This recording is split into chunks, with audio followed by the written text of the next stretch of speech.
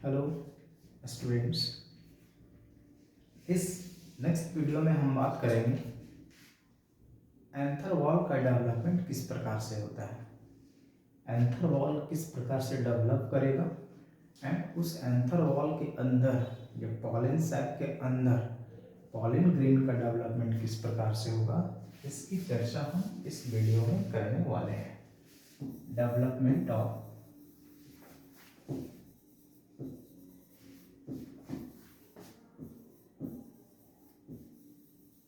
Anther wall.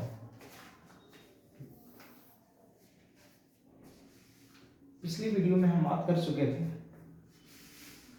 Stamen का structure क्या होता है, पिस्टिल का स्ट्रक्चर क्या होता है।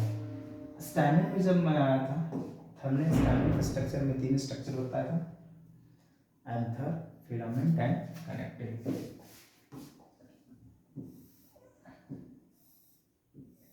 ये एंथर है एंड दिस इज फिलामेंट। इसको हमने एंथर कहा था, स्टॉक को हम लोग फिलामेंट कहते हैं। एंड ये एंथर एंड फिलामेंट जिस साइड से एक दूसरे से जुड़ेगा इसको हम लोग कनेक्टिव कहते हैं। This side is connective. अभी हम बात करने वाले हैं एंथर वॉल का डेवलपमेंट किस प्रकार से होगा। ये जो मैं स्टैमेन बनाया है, ये जो स्टैमेन है,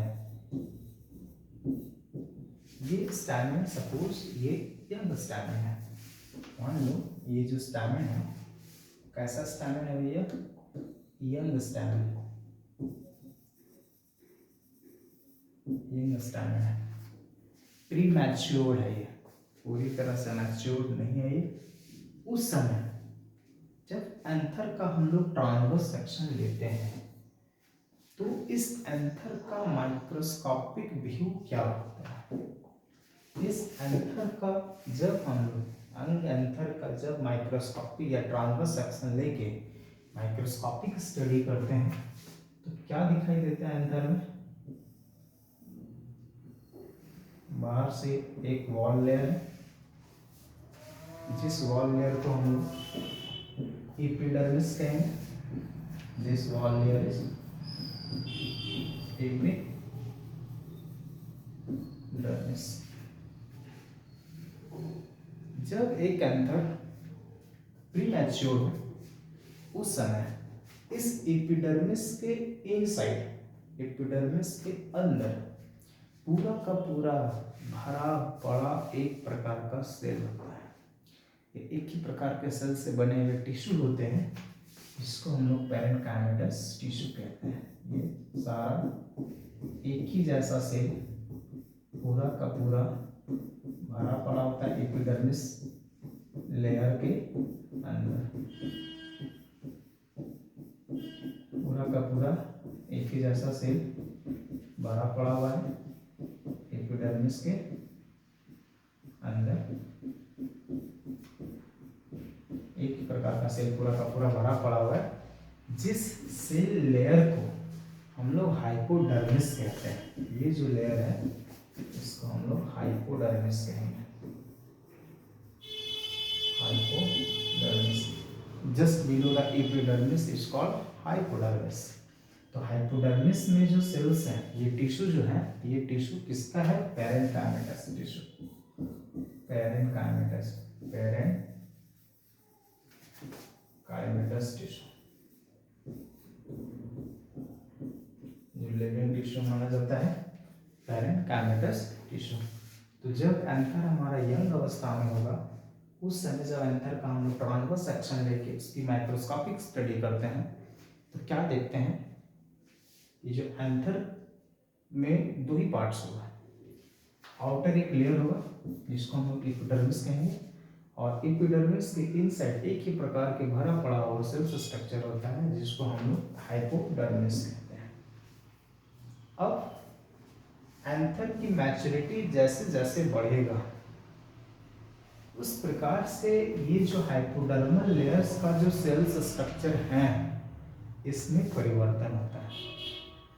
क्या होता है, अभी जो पेरेन्काइमेटस टिश्यू के जो सेल्स होंगे, ये सेल्स का न्यूक्लियस का साइज छोटा है, न्यूक्लियस का साइज अभी छोटा है, प्रत्येक सेल का न्यूक्लियस का साइज छोटा होगा, साइटोप्लाज्म काफी कम होगा, लार्ज वैक्यूल्स होता है, न्यूक्लियस का साइज छोटा होगा, प्रत्येक न्यूक्लियाई स्मॉल साइज में है, साइटोप्लाज्म काफी कम है और वैक्यूल काफी बड़ा होता है।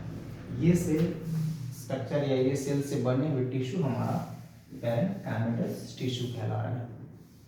जैसे एंथर की मैच्योरिटी थोड़ा सा बढ़ेगा, ये जो पेरेन्काइमेटस टिश्यू हैं ये आर्की स्पोरियल सेल्स में बदल जाते हैं।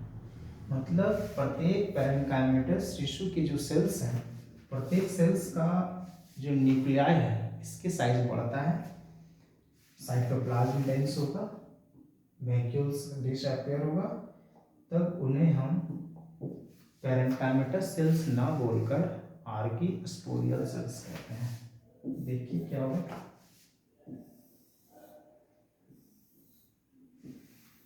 दिस इज एपिडर्मिस, एक सेल को हम लेकर चलेंगे, ये भी सेल हमारा पेरेन्काइमेटस सेल्स था, टिश्यू में था, इसके न्यूक्लियस का साइज छोटा था, न्यूक्लियस का साइज क्या होगा, बड़ा होगा। ये न्यूक्लियाई हमारा लार्ज एंड प्रोमिनेंट न्यूक्लियाई कहलाता है, large and prominent nuclei. Cytoplasm dense होगा, पूरी तरह से सघन हो जाएगा साइटोप्लाज्म, साइटोप्लाज्म पूरी तरह से भर जाएगा, dense cytoplasm and large vacuoles था, ये वैक्यूल्स डिसअपियर हो जाएगा। अब ये सेल, ये जितने सारे पेरेन्काइमेटस सेल्स हैं, सारे सेल्स में स्ट्रक्चर इसी तरह से होगा। अब ये पेरेन्काइमेटस सेल्स को, इसको हम पेरेन्काइमेटस ना करके इसे हम कहते हैं आर्की स्पोरियल, आर्की स्पोरियल सेल्स। जितने सारे पेरेन्काइमेटस टिश्यू के सेल्स हैं ये अब चेंज कर जाएंगे आर्की स्पोरियल सेल्स में। मैच्योरिटी और बढ़ेगा, जब तक एक एंथर पूरी तरह से मैच्योर नहीं होगा तब तक तो मैच्योरिटी ऑन बढ़ता ही रहेगा। मैच्योरिटी थोड़ा जैसे ही और बढ़ा, क्या स्ट्रक्चर दिखाई देगा, मैच्योरिटी जैसे ही थोड़ा सा बढ़ेगा, मैच्योरिटी बढ़ने के बाद क्या होगा,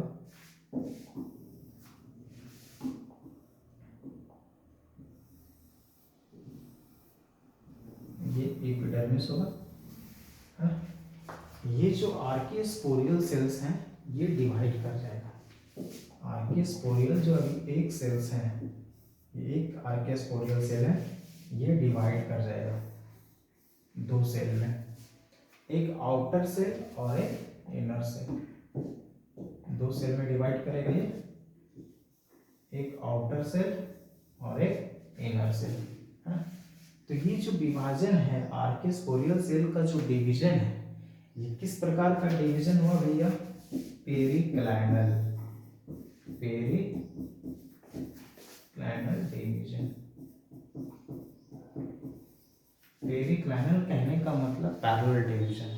डिवीजन सेल का दो तरह से किया जा सकता है, एक पेरिक्लाइनल होती है डिवीजन सेल में और एक होता है एंटीक्लाइनल। पेरिक्लाइनल कहने का मतलब सेल अपने वॉल का समानांतर पैरेलल अगर डिवाइड करेगा तो पेरिक्लाइनल कहलाता है, और अगर एक सेल अपने वॉल का 90 डिग्री एंगल पे डिवाइड करेगा तो उसे हम एंटीक्लाइनल कहते हैं, है ना। तो आर्की स्पोरियल सेल का पेरिक्लाइनल डिवीजन होता है और एक सेल बढ़ जाता है दो पार्ट में, दो हिस्सों में बटेगा। Outer part is primary parietal, primary parietal cell PPC, and inner part is primary sporogenous cell, primary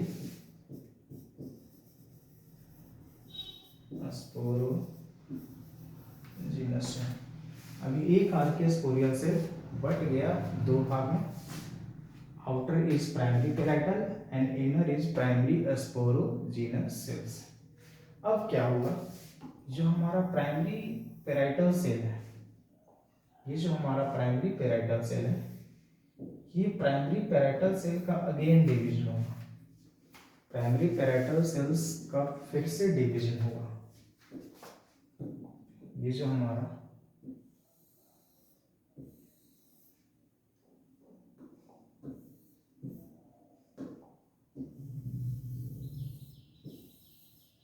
प्रकार से है ना, ये जो हमारा प्राइमरी पेराइटल है, ये प्राइमरी पेराइटल का नेक्स्ट डिवीजन होगा, फिर से डिवीजन होगा। ये प्राइमरी पेराइटल फिर से डिवाइड करेगा, बट इस बार का जो डिवीजन होगा ये दोनों तरह का डिवीजन होगा, पेरिक्लाइनल भी और एंटीक्लाइनल भी। इस तरह का डिवीजन को हम लोग पेरिक्लाइनल कहते हैं और इस प्रकार के डिवीजन को हम लोग एंटीक्लाइनल कहते हैं।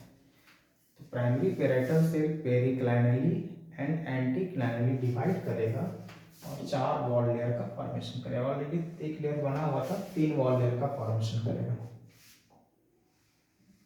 3 वॉल लेयर क्या फॉर्मेशन होगा, पहला तो एपिडर्मिस था, second layer is endothecium, third layer is middle layer and सबसे inner most layer is tapetum. कौन कौन से लेयर हो गया, फर्स्ट का हमारा क्या, epidermis, second is endothecium, third is middle layer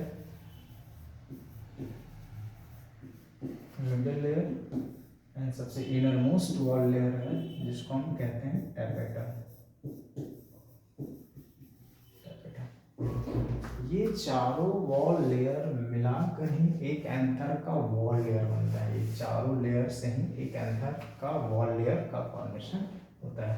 तो एंथर में 4 वॉल लेयर हो गया, epidermis, endothecium, middle layer and tapetum.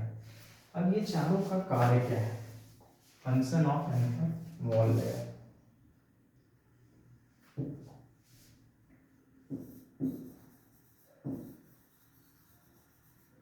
Functions of anther wall layers। सबसे पहला लेयर है एपिडर्मिस।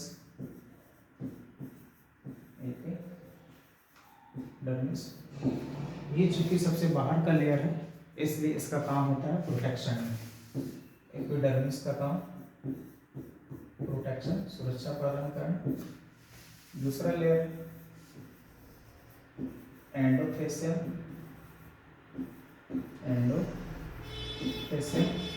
एंडोथेसियम सेकेंड लेयर, जिसका काम प्रोटेक्शन का भी है और डेhiscence का भी है। इसका 2 कार्य है, पहला कार्य प्रोटेक्शन, अंदर के पार्ट्स को प्रोटेक्ट करने का काम करेगा, और दूसरा एंथर जब पूरी तरह से मैच्योर करेगा, तो मैच्योर के बाद एंथर वॉल को टूटना होता है, फटना होता है, तभी पॉलन ग्रेन्स बाहर जो है वो डिस्पर्स करेंगे, बाहर जो है वो निकलेगा। तो उस एंथर का फटना को हम लोग कहते हैं डेhiscence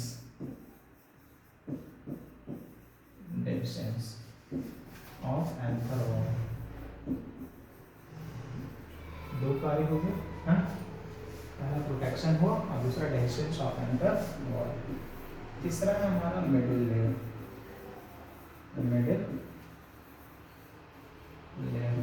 देखिए middle layer 2 to 3 cell layer thickness होगा, 2 to 3 सेल लेयर थिकनेस होगा। इसका मेन काम जो होता है वो डेhiscence ऑफ एंथर वॉल, इसका मेन कार्य है डेhiscence ऑफ एंथर वॉल। सबसे इनरमोस्ट वॉल लेयर जो होगा एंथर वॉल का, this is tapetum, this is tapetum. Tapetum का कार्य क्या है? तो टेपेटम सबसे इनरमोस्ट होगा, इनरमोस्ट वॉल लेयर है, जिसका मेन दो कार्य होता है। टेपेटम का मेन क्या है? दो कार्य। पहला कार्य क्या है?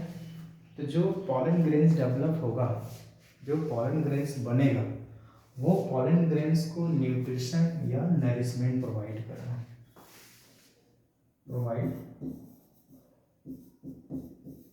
Nutrition to the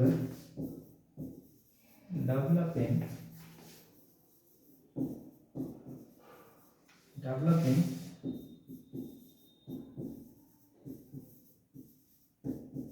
pollen grains। And दूसरा कार्य क्या है? तो दूसरा कार्य पॉलन ग्रेन्स की वॉल जो होगा, पॉलन ग्रेन के बाहर एक वॉल होता है, एक्साइन वॉल, उस एक्साइन वॉल को डेवलप करने में भी मदद करता है tapetum, development of exine wall.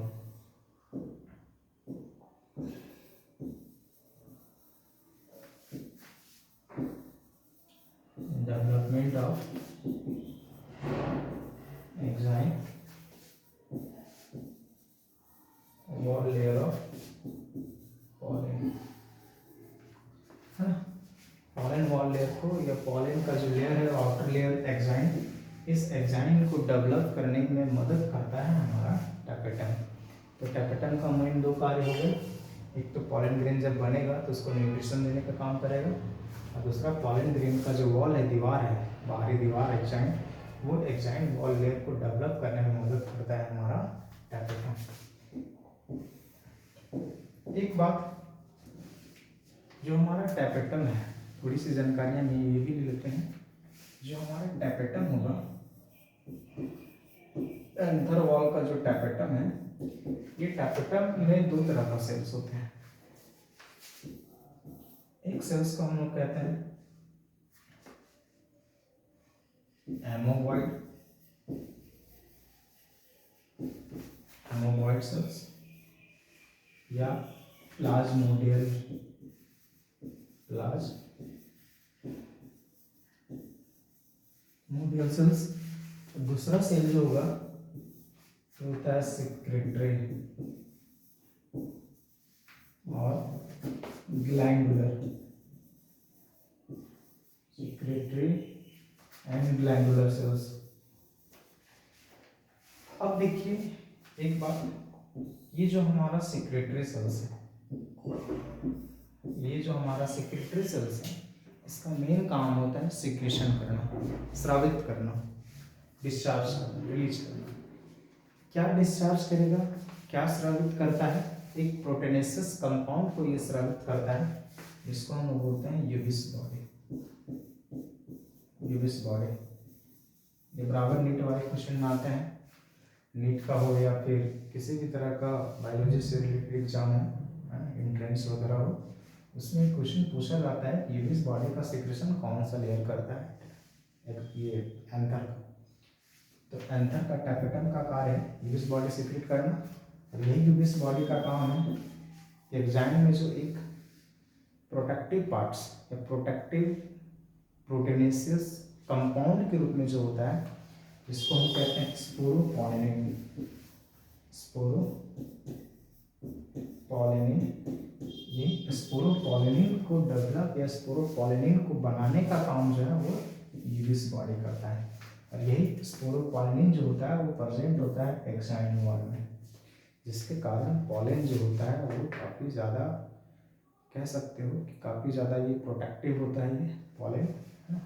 Strong acid से ये प्रोटेक्टिव होता है, या हाई टेम्परेचर से प्रोटेक्टिव होता है, वो स्पोरोपोलिनिन के कारण। और ये स्पोरोपोलिनिन को बनाने का काम जो है वो करता है यूबिस बॉडी, और यूबिस बॉडी को सिक्रेटरी या ग्लैंडुलर सेल सिक्रेट करता है, किसका? तो टेपेटम का। इस वीडियो के लिए यहीं तक। इस वीडियो के बाद नेक्स्ट वीडियो में बात करने वाले हैं पॉलन ग्रेन का डेवलपमेंट किस प्रकार से होगा। अभी तो प्राइमरी पैराइटल सेल जो होगा ये डेवलप किया, प्राइमरी पैराइटल सेल डेवलप किया, ये चार एंथर वॉल, अब प्राइमरी स्पोरोजिनस सेल्स का काम क्या होगा? प्राइमरी स्पोरोजिनस सेल्स किस प्रकार से अपना रोल प्ले करेगा, इसकी बात करने वाले हम लोग नेक्स्ट वीडियो में। तब तक के लिए धन्यवाद।